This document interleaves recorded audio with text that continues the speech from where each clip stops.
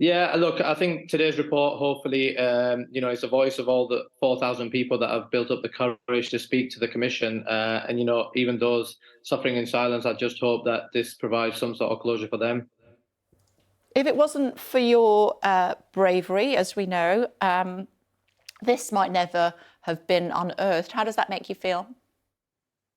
Well, look, this commission was set up before I spoke out. It was on the back of, Black Lives Matter, George Floyd's murder. So, it was already set up. Look, I think from my point of view, I was just trying to speak of my experiences, and if they've played a small part in helping cricket mirror to what it is, then I'm hopefully played a small part in that, and I'm proud of that.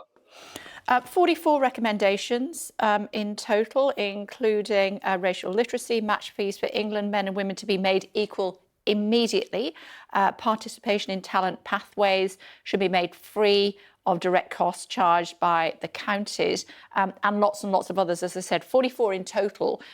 What do you feel is the most important one? Yeah, I think, look, the thing that stuck out to me was, I think as a starting point, look, the apology was, I think, one of them, and for ECB to apologise, I think that's a good start. But I think it's the regulatory stuff, the regulator and promoter confusion that's there, that needs to be changed. We need an independent regulator. And I think, there's stuff around, making kit and coaching free for kids that come into the pathway.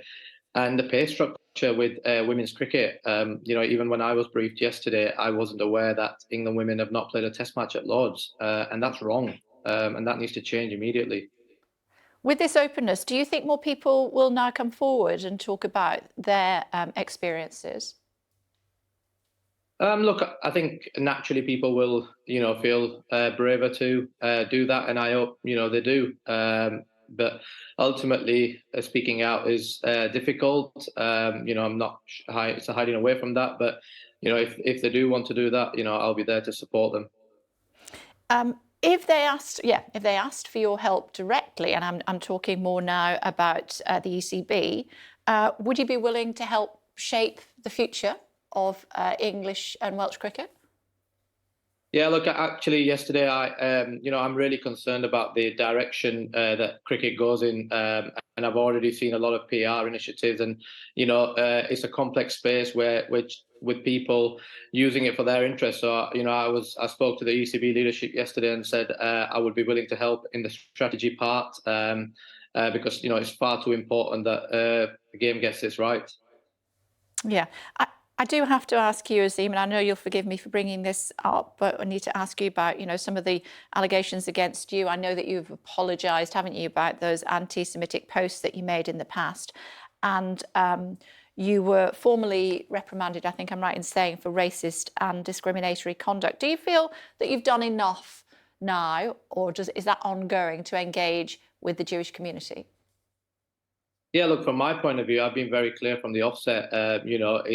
I apologise for it, but that was only the start. I continue to have good dialogue with the Jewish community, and there are events and stuff that I do go to, but that's not enough. I'm still on education. I'm learning. I'm proud of what's come out of it. I've made friends for life, and hopefully that will only flourish as I move forward in my life.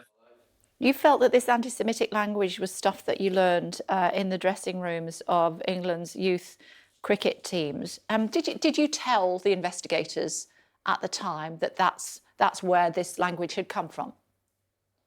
Yeah, look, when I first heard about it, it was when it was 2 days after DCMS, and initially it was very much it came as a shock to me. But one thing I wanted to make sure is that I apologized properly, and then went further in terms of, then I went searching to see why I might have made that comments. And, it came that, around that time when I played for England 19s, that, this term was brought into our dressing room, and it was prevalent. But, in a way, I sort of backed up my own allegations by my behaviour, and it's something I'm deeply sorry for, and always try and do whatever I can to apologise to the Jewish community. And do you think the ECB needs to investigate further anti-Semitism in the dressing room? I think discrimination of all types, absolutely. And I hope that this report has done that in its entirety. And hopefully people have come forward and talked about any type of discrimination that they might have experienced. I think it's Yeah. really important that everything is looked at properly, and it's only then we can reset and plan a way forward. Yeah, I suppose I'm asking you specifically, though, Azeem, in this question about whether they should be investigating anti-Semitism in the dressing room. Yeah, look, absolutely. I think for me, any discrimination needs to be investigated and make sure that we get the true picture before we try and build solutions for it. And if that's happening currently at different places, then it needs to be investigated and dealt with just like any other forms of discrimination. Do you think it still is? I mean, I've not been in a cricket environment for a few years now, so it's difficult for me to say.